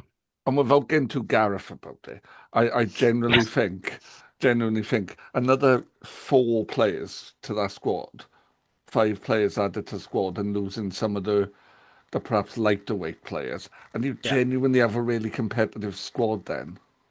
It needs quality additions. I still think a quality coach as well. Yeah, agreed. To come into the setup, another quality experienced coach. Just another voice. Another strong recruitment drive. I think this team could be very competitive, let's just say. Another centre, another winger. Yeah, but then you got all this stuff going on with the WRU, as you mentioned earlier, so God knows how that's going to affect recruitment. But this was a step in the right direction. Gutted, but like I said, I never expected to feel like this after Munster. I thought it was going to be game over after half time. I thought there was going to be total domination. We get blown away. Didn't happen. This is why you need to pick your best players as well when you go away from home. Yeah. This game proved that. Because if they made sweeping changes, like Philo has done, if you got the old Tom Bowler out, that game never would have been close. I can tell you that now. Yeah. As we saw in Benetton. You've got to pick your best players. I know you got to rotate the squad every now and again. Nobody's saying you can't do that, but you got to go for it away from That's home. why we need to add more quality, don't we? 100%. Yeah. Yeah. Anything else on that game on Friday night? No, well done, boys. Yeah. Gavin, any other thoughts? No, I think we've said it all. Yeah. Okay. Just a reminder, you can find us on YouTube. If you are watching this on YouTube, by the way, can you like the video? And also press the hype button because it helps with the algorithm or some shit. So that does help us a lot if you do that. So yeah, if you're watching us on YouTube, like it. Subscribe on your podcast apps. Leave us a review. 5 stars on Apple or Spotify. We'll get you a shout out. We've had one new review, chaps, from Wurzel82. This is on Apple Podcasts. He says, I love hearing a group of local guys chatting about their local team. It's informative and easy listening. I don't think some episodes have been easy listening by discussing this team. Sometimes feeling like you could be in a pub with them. I also like hearing the local rugby roundup, Gav, from the different leagues. And I like hearing about teams I recognise from playing for and against. Thanks, guys. See you soon at Fortress Rodney Parade. Lovely stuff. Thank you very much, Wurzel. That's lovely. It is, yeah. Like I said, if you want a shout out like Wurzel, then leave us a kind review and yeah, you'll get a shout out. Thanks to everyone who continues to listen to us. It really is appreciated. Gwent Rugby Roundup now then, Gav. Wurzel's favourite segment. What's been happening? Well, a good mixture of league and cup rugby this weekend. If we start in the leagues, Eberville, their first loss in a while, 37-19 away to Cardiff in the SRC. But yeah, and to be fair, Cardiff were much a better side, so it's one of those things. Into the Prem, Llangennech 19, Crosskeys 28, and Newbridge 12, Beddau 17. Championship just the 2 games, Ablairi Blaenau Gwent 13, Anisd 3, and Penaltha 20, St Joseph's 14. Abergavenny versus Blackwood was postponed. Bedlinog 38, Monmouth 10. Division 2, Abercorn and Pill and Rumney and Ask were both postponed. And in a feast of running rugby, Pontypool United 3, Croeso 5. So I bet the conditions weren't very pleasant then. Division 3, Chepstow 27, RTB Ebervale 10, and Risca 12, Killeen 19. Nantiglow versus Fleur-de-Lis was postponed.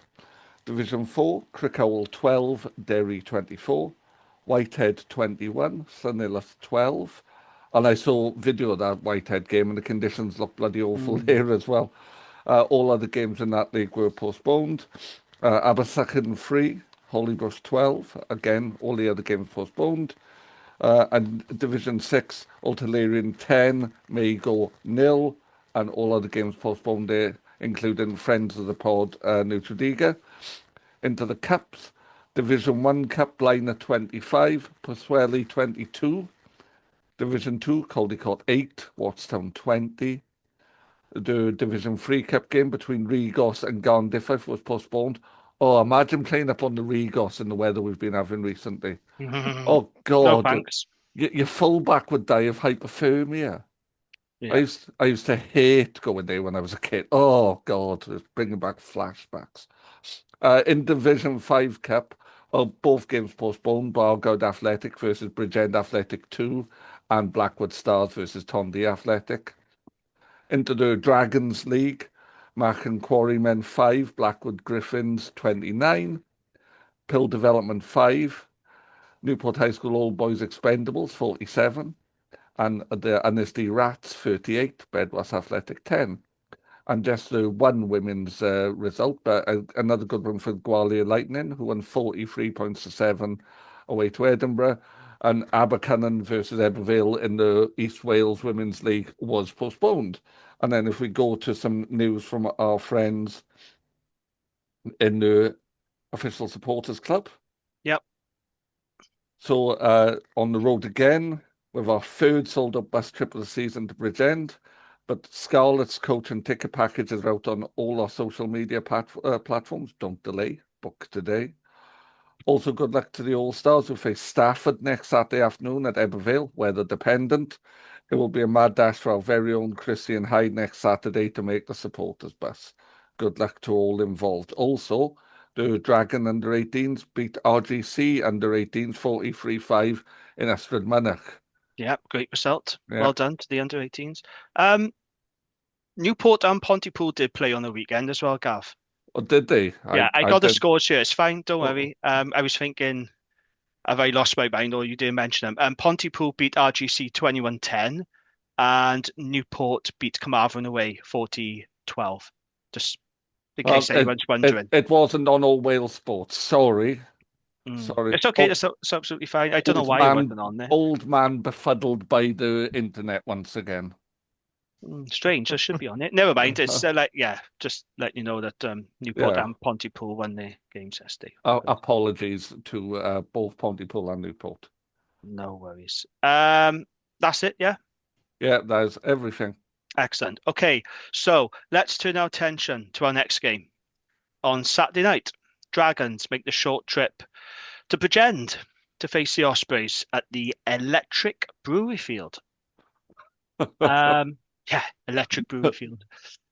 So our record away, well, let's be honest, our record away in general is pretty dire, isn't it? But at Ospreys, it's pretty poor. However, our last away win against the Ospreys was back in 2021. And where was it played? At the Electric Brewery Field. It wasn't the Electric Brewery Field then, I don't think, but it was Bridgend. It's always electric in my heart. So, yeah, we've won our last game playing in Bridgend against the Ospreys. 31-20, we beat them quite convincingly that day. That was during the COVID period, of course, when crowds weren't allowed at games. So, we got a good winning record at Bridgend, unlike Swansea. I tell you what, we didn't have a bad team that day. I'll just quickly read you out the team. Josh Lewis, Jonah Holmes, your favourite, Gav. You like Jonah Holmes, don't you? I do. Anira Owen, Jamie Roberts, Ashton Hewitt, Sam Davis at 10, Gonzalo Bertranu, scrum half. And then you had backline, isn't it? Not bad, is it? And then you had Brock, Richard Ibbard, Lloyd Fairbrother. That's a pretty decent front row. Joe Davis, Joe Maximu, remember him? Yes. Was he Irish? Have I imagined that? Yeah, from Connaught, wasn't he? From Connaught, yeah. Yeah. Really big guy and wasn't as physical as what his size should be. He was pretty lightweight. For a guy of his size and stature, I always thought he was lightweight. Well, I was trying to be diplomatic, wasn't I, Gareth? I didn't want to say he was crap. Ross Moriarty, Harry Keddy, and Al Wainwright. That was a pretty decent team. Oh, that's a proper team, yeah. Oh, we had a decent season that year as well. Dean Ryan's first and second seasons were pretty good. It was just the next season after is where it started to go tits up. And then obviously it only lasted one game into the season after that. But so our last visit to Bridgend, we won. It's good. Something to cling to. Gareth, what are your thoughts heading into this one? Ospreys away. I was putting aside everything off field is hard because you think emotions do drive a lot when you're playing a game of rugby. It's not a game that we can't win. You know, we've been pretty tough to beat. We perform like we have been at home and away in Munster. I think we'll certainly be in the fight. Am I right in thinking no internationals? I don't think there'll be any internationals for this game. No, there'll be none there, no. So, camp, yeah. You know, we have to say that does favour us, only losing 2. I imagine Shea Goat's injured as well, the way he didn't put his foot down when he was carried off. Didn't look good, did it? I can't imagine him being involved. Which is a massive shame. But they will be missing more players than us, and they'll be missing some very, very good players. People like Dan Edwards, who I'm a huge, huge fan of. I think it's going to be a great game in torrid conditions. That pitch I caught the end of the it's not great to death. That Bridgend pitch. Yeah, it's going to be one for the purists, isn't it? Looking forward to being with the Ospreys crowd. I think it'll be good fun. But yeah, I think it's a game we can go and win. You know, if you're going to target games, you should be targeting the Welsh derbies. There's no reason why we can't win it. But, then again, the Ospreys are going to be bang up for it as well. I'm looking forward to it. I think it should be a good day. Again, I want to see a good team picked by us because there is a break then. Yeah. I want us to go strong. I don't want to see mass rotation now after that Munster game. But I was thinking, right, about the team we could potentially put out, right? We could put out on Saturday. And if they put that team out, I genuinely can't see us losing. I can't believe I'm saying these words. Hang on a minute now. Hang on. Oh, so say that who's turning again, it to Gareth now? but Gareth? slower. Who's turning it to Gareth now? We are recording, right? Yeah. I genuinely think if we put out the strongest possible team we have, right, which would be, and I don't like doing this, but I think we have to for this game, right? Hunt, Brody, and I know it's the wrong way around, Martinez, right? Or Wyn Jones. Or Wyn Jones, right? Levi and Woodman, Oh, I go Seb Davis. I would. second row, or Seb Davis. Okay. Keddy, Bedell, Shane Lewis-Hughes. Okay. Rodri at 9, Tinas, Aniron, Anisi, Dyer, Angus, Di Richards. That's pretty much full strength. Oh, I think you're bullish, Gav. I love it. He said earlier in this pod not to sound all Gareth, and he has literally just sounded like Gareth. I love it, Gav. I think, yeah. And do you know what? The good thing is about that team you picked, you think, oh, well, actually, is Big Mac back? Is, maybe you said, yeah, is he back? You mentioned Seb. We've got options as well. Thomas Young. Just give us a bit of hope. And who plays at 9 is going to be an interesting one without the GOAT. It'll be Rodri. I think it'd be Rodri. The biggest question is who backs Rodri up? Because we've barely seen Niall Armstrong now. Remember him? He was doing really well. And then he just hasn't been in the side for whatever reason. He has played for Pontypool. Or do you go for Morgan Allen? Who's been playing for Pontypool? Morgan Lloyd. Morgan Allen. Get out. Yeah. Morgan Lloyd. That was as bad as you saying Ben Mee, that was. He played for the Ospreys, didn't he, Morgan Allen? Did he play for the Ospreys, Morgan Allen? Or I just made that up? Morgan Allen just sounds like one of those generic Welsh names that if you were like making up Welsh names for a computer game, Morgan Allen is one of the names you would come up with. He did play for the Ospreys. Sorry, there was a player called Morgan Allen who did play for the Ospreys. Go on. We can put a good. Gav said we can put a good side out, can't we? So we are on relative good form. Sometimes we say good form, and you think, well, actually, it's good form for us. Like not many teams would maybe they've got a different perspective, but we need to win on the road at some point. If we're in the fight, anything can happen, and I think them missing more key players than us is vital. But yeah, he's got to get selection right again, and it will be interesting to see who is back, but there's still competition. Who plays in the back row will be interesting. I think picking anyone other than the strongest team is stupid. Oh, you got to pick strong. Oh yeah, so Welsh Derby, for goodness sake. He's got to go strong. So Welsh Derby, and there's a break coming up. How many Ospreys players are away at international camp? Right, this is what I was about to come on to. Okay, here's the thing: Dragons have 2 players away with Wales, as we know. The Ospreys have 7 players away with Wales, right? However, they still have a very strong squad. And I would argue they've got a stronger squad than we have, okay? Because these are some of the names they'll still have available for them. They're still going to have Morgan Morse. They're going to have Rhys Davis. They'll have Moriarty, Keenan Giles, James Ratty, Morgan Morris, Kieran Williams, Dan Cassande. They're still going to have a very strong squad, Ospreys. That's a pretty good team. Ryan Smith, who was playing with a match. Second row is going to be strong for the Ospreys, and us missing Carter is a blow, isn't it? Yeah. Lewis Lloyd, I've been very impressed with. He's a tidy player. Really like him. I still make Ospreys big favourites, even though they lost more Welsh players than us, because they got quality and who's in depth, and we haven't. Who's going to play 10 for them? Not Jack Walsh, is it? It'll be Jack Walsh. Jack Walsh, forgot about him. He's He's a He's a good good player, player. mind. He's a very Yeah. good player, but is 10 his best position? I don't He's a think 15, so. really. He's a Isn't 15. It's like picking Angus at 10, and he's not really a 10. he? He can play there, like Angus can play there, but Yeah. But they're So not ideal. I think we can get at him a little bit, although he often has a good game against us.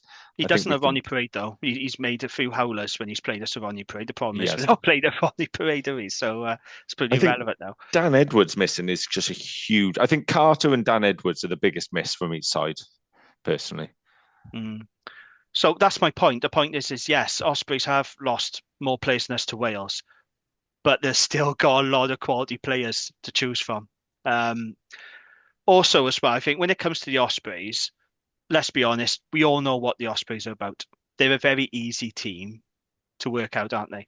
They're a physical team, strong set piece. I've always said that they've got the best forward pack out of all the regions.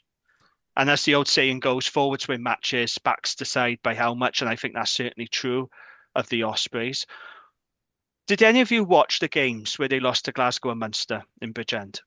no. So if we look at those games, Ospreys lost because they were overpowered. And I don't know if we can outpower the Ospreys, but we definitely need to have parity up front if we're going to have a chance of beating them. Because this is Ospreys' DNA. It's all about their forwards. It's about their pack. But Solid we're set turning piece. into that side now. We are. We're We good are. at rolling mauls, you No, know. I think we I can agree. take him on up front. But what I'm saying is, can we overpower them though, like Glasgow and Munster did? Because that's why they beat the Ospreys. They overpowered them up front. Can we, the Dragons, do you think we can do that? Yes. Okay. I'm not sure if we can, but I definitely think that we can get some parity up front, but I'm not sure if we can overpower them. So Yeah, no, the second row is maybe a touch of a concern because Carter is, I think he is but we got just good options though. We huge. got But we do have options. We do have options. Front row's very good for us, especially we've got options off the bench, I feel.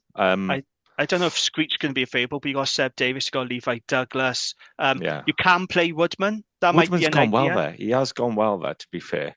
I do think on that pitch, I would like to see if Big Mac was back to play 8, but I think we can take him on up front. I think we do have the power. Okay. And if they are missing leaders behind, they're missing both 9s. They are, Both 9s and their 10. And okay, we probably sadly will miss the GOAT through injury, but I think our dictators like Angus will be playing. Oh, we're gonna do them. No, Come we'll on. still have a strong side. We will put out when we look at the team sheets on Friday.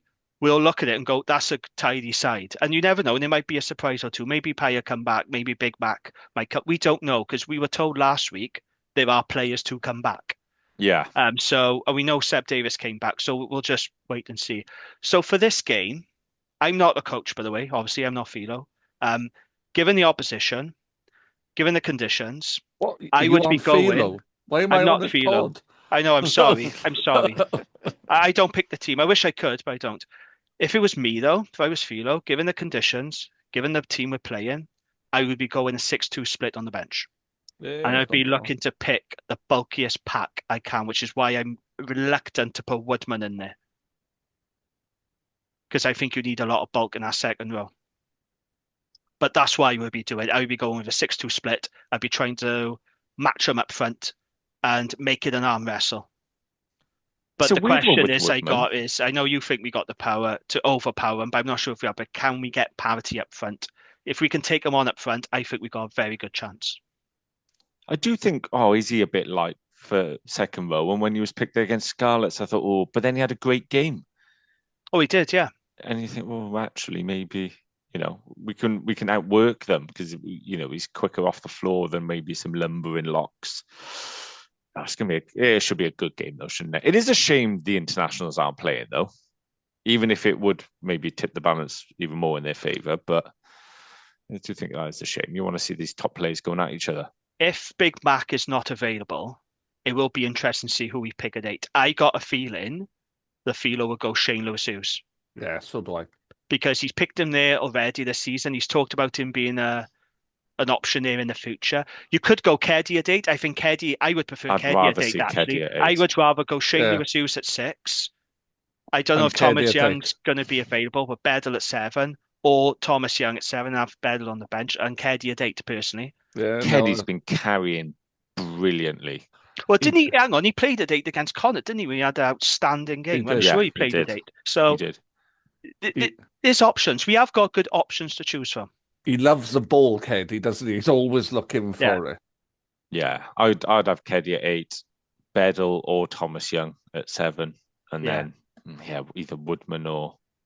I'd Then start. again, no, I've said I want Big Mac. I think I want it's a game for Big Mac. Well, we don't know if he's fit though, do we? No, now, we if don't. he's fit, he would, because we need to take the Ospreys on up front. He's the person we need because that's a play and get you over the game line. But I don't know if he's fit or not. If he is, he's got to be in that 23 to face Ospreys. He's the kind of player we need if we're going to match him physically. He's a big man and he gets you over the game line. And we saw how good he was against Leinster. I would start Beddle, I think. Would you? I'd be leaning towards Young because I just to alternate and give him a little bit of a breather. Maybe get him coming off the bench. I would start him just to really kind of slow them down so the forwards can't get ahead of steam up. Because that's the one thing he disrupts play. And if you're disrupting their pack and slowing their pack down, I don't think their backs are as strong. So They got a good back. So they got Phil Cocker-Singer. He's been going well for them. Okay, they want to have Watkin, but they got Keith there, haven't they? He's a good player. Dan Cassande, he's a really good player. Smart signing from the Cheetahs. no, they are good. I'm not saying they're poor. I'm just saying, Yeah. I know what you mean. if we can not let the forwards go on the front foot and slow them down and just break a play and be a bit disruptive, we stand a better chance. Oh, definitely. I think if we nullify him up front or get Paddy up front, then I think that slows them down a bit. So, it all starts up front for me with the Ospreys, which is why I'd be looking to do a 6-2 split and try and get on the front foot with That them. makes sense. Yeah. Okay, let's go on to predictions then. Gavin, what is your prediction? Dragons by 6. Oh, Whoa, go on, Gav. hello. Look at that. Hello, Mr. Positive. Love it. Oh, I might be entirely wrong, but Jesus. Wow, okay. You only live once, don't you? Gareth? Oh, Dragons by 2. Okay, not so common, but still Dragons win. This is positive, boys. This is really positive. Don't do it, Jamie. To be fair, this is really You positive. look too smug. You're going to bring us down, didn't you? Put him on your list. Put him on your list. Oh, this is really positive. I'm going Ospreys by 7. I knew that was happening. I knew it was happening. I am. That's serious now. Listen, this is a winnable game. I think we'll take a really good team there. It'll be an arm wrestle. I don't think it's going to be pretty. No, especially on that pitch. It's be hideous. I think it could be a really turgid game, one for the purists, as they say. I'm looking at the Met Office app now for Bridgend on Saturday. Now, obviously, this will change. It could easily change because we're very early in the week. It does say cloudy. I'm not seeing any rain forecast for Saturday night or indeed Saturday. But like I said, it could all change. Wouldn't surprise me if we get a weather warning for a new storm. But I mean, if it turns into a mud fest pissing down with rain, it's going to be a really tough watch, I think. Oh yeah, it's not going to be a feast of running rugby. No, and also as well, we have to bear in mind the Ospreys right now. They are emotionally charged, and with everything that's going on, they are going to be determined to prove a point. And they will want to beat us. They will want to make an example and prove their point. That's the other thing that worries me as well. Now, emotion can work both ways. It can go against you. Yeah. But it can also work for you. And that's the thing for the Ospreys, because there might be more to come out this week. More news, more revelations, more bad news for the Ospreys. I think that just galvanizes them even more. So, it's a shame, really, because I really was looking forward to this game a few weeks ago, and now with everything going on, it's spoiled it a bit, doesn't it? It's put a dampener on it. No Welsh internationals, I think, devalues it straight away. It's a Welsh derby. You want to see the Welsh internationals involved, and then with all this going on in the background, it's going to be emotional. There's going to be. Well, you want to go down there and not abuse in the wrong sense of the way, but in the right sense of the way, abuse the opposition and have a bit of banter with the fans and, get stuck into them, and if we It lose, doesn't feel like it's that we'll kind take on of the chin. And I think time to do it now, does it? It doesn't feel like it's that right moment to do so. Yeah, I don't want to be having a go at them that much. I mean, that might change after a beer, but I have been at rugby with you, Gareth. I know exactly how long they'll last. You got football hooligans. Gav's a rugby hooligan. I'm telling you. Dear me. He's a No. passionate voice of the terrace. He is. Thanks, Elliot. I'll take that. So on that, actually, you mentioned add Jamie to my list. I've got to mention my list, actually, because, we've had Warburton, Lynn Jones. Hang on, what list is Me. this now? It's Me. the get fucked list. The get So fucked yeah, list. Warburton's Right, okay. been on the Lynn, WLU in general, and this week Me, when I Alex- suggested we'd lose to well, no, Newcastle. you were close to the list. You didn't quite, you've got to do a bit more to get on it, but you were teetering towards it. Come on, But then. Who's on this list? Cuthbert. I've got another nickname for him that I won't repeat on the pod. Right, steady on now. Come on. Yeah, I don't won't get in say trouble. that. Right, why is but- Alex Cuthbert on your... Well, first of all, he sniggers when he talks about the Dragons all the time. But last week, when he was on Chum 5, well, they've had it as well, Chum 5, he was asked, about the Dragons improving, 4 on the bounce at home, good home form. And he said, yeah, but who have they beat, though? We can't win then, can we, Alex? Like, we lose games, you have a go at us. We win games, which is what you wanted. You still have a go at us. What do you mean, who have we beat? Well, we've beat good teams, thank you very much. Bundyaki, I think, would count himself and his comrades pretty good side. We've put teams away. Bundyaki is still in an Iron Owens pocket. Exactly. We have actually beaten teams, with the exception of Scarlets. We've beaten teams who've got bigger budgets than us. Leon, Exactly. Connacht, Newcastle, I'm pretty Newcastle, sure got a bigger yeah. budget than we have. Well, they do now, yeah. So, Cuthbert, you can get fucked. And for all your sniggering, you can continuously get fucked. It's a fair point you make, though, because this is something I've noticed. No, it's true. I don't know what it is about Alex Cuthbert, but I don't think he likes us very much. He's always making snarky digs, isn't he? On Scrum 5 and on that podcast he does with Dylan Lewis and Gareth Anscombe. I have noticed as well, Gareth, you are right. He does make a lot of snarky digs. He was doing punditry for our game, wasn't he, on Friday night for Premier Sports in Munster. And to be fair, he was okay. He was actually all right, but I don't like what he does on Scrum 5. He does make digs and snarky comments. There was one he made before, and Ashton, which just blindly agreed with him, which is really disappointing. He was basically questioning, saying, have the Dragons been good or the other teams have been bad? Implying that we haven't been good at all. And Ashton was just like, yeah, I agree, which I thought, come on, Ashton, now.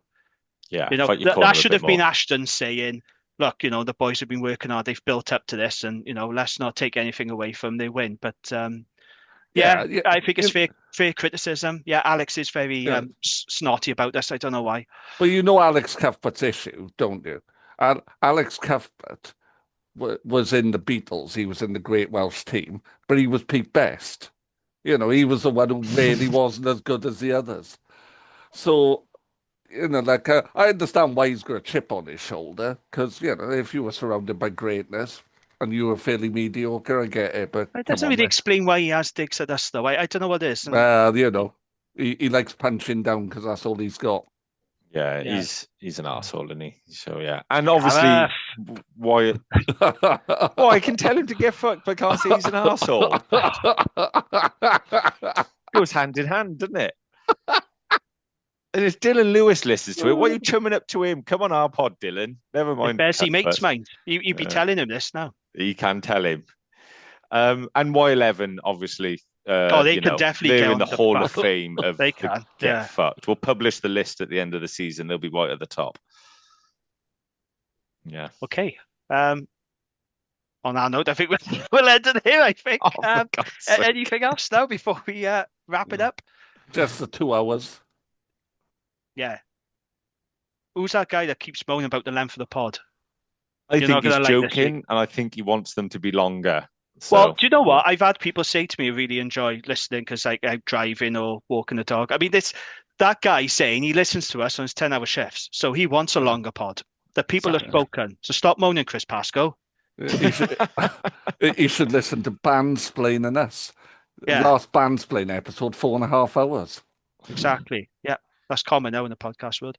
This has been a long episode, but we said it from the get-go. There's a lot to talk about, the stuff in Y11, and we're going to talk about it. We're not going to skip over it. It's right to talk about it. So I know some of you do enjoy the long pods, so yeah, we don't intentionally aim for 2-hour pods, but sometimes that's just the way it is, as I've said many times before. Right, let's wrap it up then.